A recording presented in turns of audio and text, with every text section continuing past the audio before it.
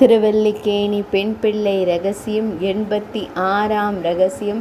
கனவில் மணந்தேனோ நாச்சியாரைப் போலே.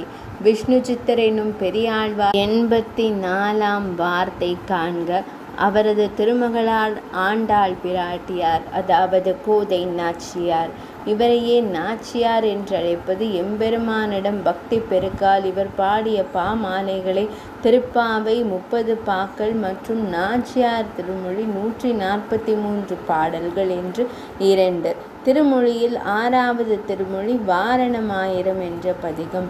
இதில் 11வது பாசுரம் ஆயனுக்காக தான் கண்ட கனாவினை வேயர் புகழ் வில்லிபுத்தூர் கோன் கோதை சொல் தூய தமிழ் மாலை என்று ஆண்டாள் பிராட்டி தான் கண்ட கனாவினை கூறும் இப்பதிகம் என்று காட்டுகிறது. அசோகவனத்தில் அன்னை சீதா பிராட்டியார் தனிச்சிறையில் இருந்தபோது பெருமாளையை நினைத்து உருகியவர் ஸ்வப்னேபி யத்யகம் வீரம் ராகவம் சகலக்ஷ்மணம் பஷ்யேயம் எதி ஜீவேயம். கனவிலாவது நான் லக்ஷ்மணன் சுவாமியுடன் கூடிய வீரனான ஸ்ரீராமபிரானை காண்பேனாகில் தரித்து உயிர் வாழ்வேன். கனவில் கூட அவ்வீர ராகவனை காண பெறவில்லையே என்று மிகவும் வருந்துகிறாள் அன்னை சீதா பிராட்டியார்.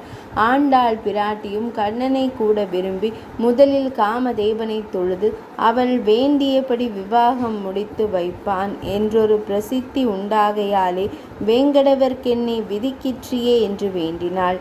தான் பெற ஆர்வுற்ற எம்பெருமானின் பிரிவை பொறாமல் கூடல் இழைப்பது தூது விடுவது முதலானவற்றை செய்து நோவுபடுவதை கண்ட கண்ணன் இவள் சொப்பனத்தில் வந்து இவளை விதிப்படி கைத்தலம் பற்றி தீவலம் வந்து அம்மி மிதித்து அவபிரதமாடி எல்லா திருமண வைபவங்களும் இவள் அனுபவிக்கும்படி பரிபூர்ண அனுபவத்தை தன் பரம கிருபையானே பண்ணி இவளை தரிக்கும்படி செய்தான்.